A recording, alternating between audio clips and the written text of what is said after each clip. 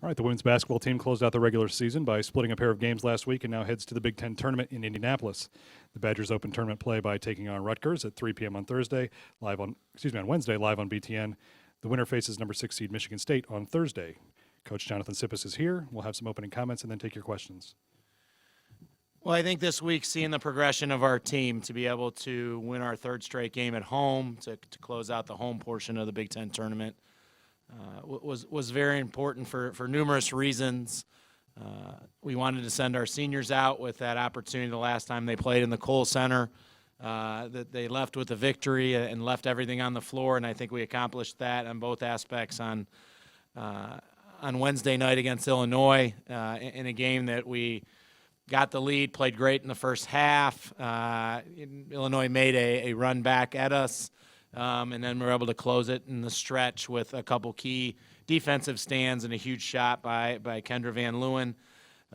Yesterday, I think you saw the progression of our team. And in a season when we've not been successful on the road with the way that we'd liked, we put ourselves in a position on senior day on somebody else's home floor, down 7 at halftime, to lock in defensively in the third quarter, get to a point where we're up 4 in the fourth quarter with the ball, but don't finish the game. And I think that part of just there's that small room of air, room, and I keep saying room of error. There's just a small, aspect, margin. That's the word I was looking for. Thank you. We've said it like 6 times in our staff meeting. Just small margin of error on both sides. Something as simple as transition defense. Something as simple as one step closer to play somebody off a scouting report can change. To me, Iowa was a 2-possession game, and I don't think you look at that. It has to be 2 possessions in the fourth quarter. It can be 2 possessions at any point. And, offensively being able to execute, which leads us to the Big Ten tournament, which ironically enough is to play a team now for a third time in Rutgers that we played early in the Big Ten season on their home floor. We're not successful, played them here a little over, 2 weeks, not even 2 weeks ago. And I think that part of things to just know that they know what we're going to do. In a lot of ways, we know what they're going to do. I'm really excited for our group because we have a chance to accomplish something that nobody in that locker room has done in the Big Ten tournament, and that's advance and stick around a little bit more than one game. And that may seem like a low bar to set, but I think it's something I told our team yesterday on those teams playing on Wednesday. There's no question in my mind who we feel like is playing the best, who's improved, and who wants to keep playing to give not only our seniors a chance at another game, but an opportunity for us to improve as a team as a whole. Questions for Coach? Just don't use the room. Don't use margin of error. Whatever question you ask, don't use Dennis. that. You mentioned the progress. What's the biggest area of progress you've made since start of the Big Ten seasons, since New Year's Day to now? Where are you better, the most better? I just think the competitive level. I think that part of understanding we're not going to win shootouts, and I think being able to do the things we can control. I think defensively probably we're best right now on changing defenses and trying to keep people off balance that way. I think offensively, understanding that it's got to be a whole group effort, and I think you see what you'd like out of a senior is them to be playing the best basketball, and I think you can say that part on the offensive end for Aviana Young. I think you've seen the progression of Courtney Fredrickson as a freshman who went through a lot of the ups and downs that a lot of freshmen go through, but I think you see her confidence at a different level.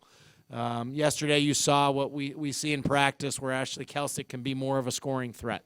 And so I think those things, I think I was really proud of our group yesterday to kind of step in when we didn't have the services of Melena Johnson for the rest of the game, to be able to have somebody else like Kendall Shaw step in who missed the last Rutgers game. So we're excited that we'll have her back for the game on Wednesday. But I think that part, kind of one word, is just we're put ourselves in a competitive environment. We're there in the fourth quarter, whether it's home or on the road, to put ourselves in a position to win the game.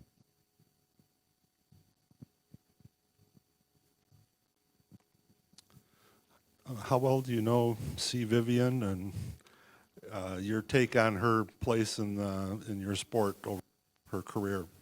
Well, I think I've gotten to know more about her this year just having Maya McCurdy on my staff and Craig Carter, who's a Rutgers grad, as well as was an assistant there. And I think the word to describe her is greatness. And it's not just as a coach how she's impacted the lives.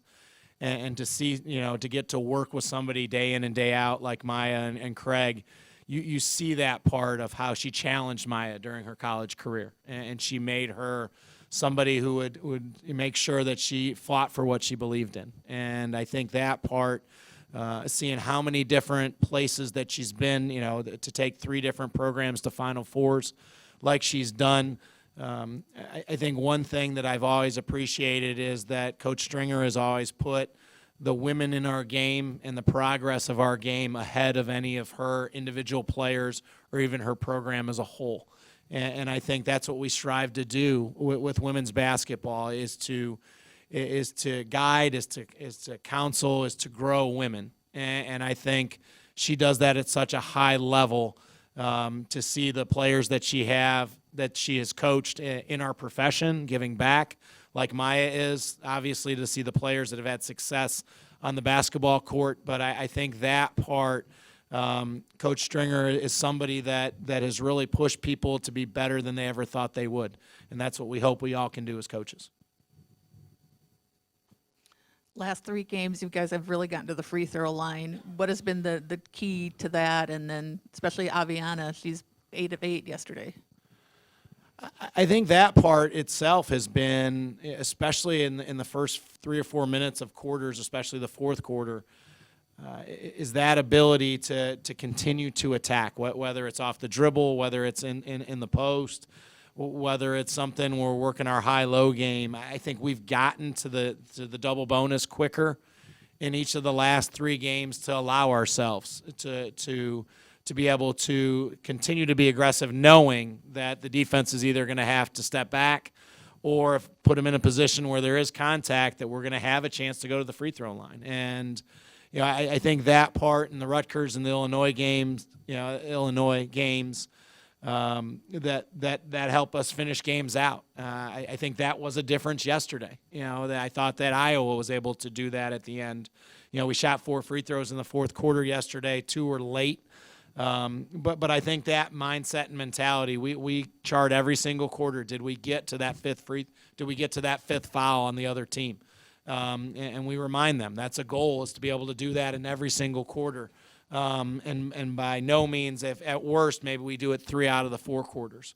Because I think that it shows that's an aggressive mindset that you have. Is there an update on Milena and her availability for the tournament? No, she'll see the training staff and the doctors today, and we hope. There was, yesterday I think anytime you have somebody who's had an injury that's cost them an entire year, and it's not the same leg or anything like that, but you're going to be cautious. Iowa's sports medicine staff was outstanding, and just between their staff and our athletic training staff, it was deemed that she wasn't going to be able to go back in the game and that we would reevaluate things today. Diane? This is your first Big Ten tournament. How does it compare to maybe from GW or even Notre Dame with just the level? Yeah, it's an exciting time because I think it is another chance where you go into that next season. In a selfish standpoint, I'd like to be a team that gets a double bye, because that's you rewarded on your end of the year work. But I think preparing this point to make sure our kids enjoy the whole experience. The last time the last time I was in, and it's changed names like 6 times, I think, but is it Bankers Life? It was Conseco Fieldhouse, and unfortunately I was on the wrong end of the national championship game. But it also is a place where at Notre Dame we beat Connecticut, and we held Maya Moore to 36 points in her last college game. So it's an exciting time because, again, it's is you get a lot of Big Ten games as a student athlete. You only get 4 times to go to the tournament. And just making sure, our kids really enjoy that opportunity. We talked a lot about yesterday is, there still is a tomorrow. And I think any tournament, you want to play relaxed, but you still have to play with that sense of urgency to understand. Like that part of making sure the sense of urgency is there is no tomorrow, so you've got to make sure that small margin of error that you're going to take care of that. But I'm excited because it's obviously it's a place I've been to. I know it'll be really well run.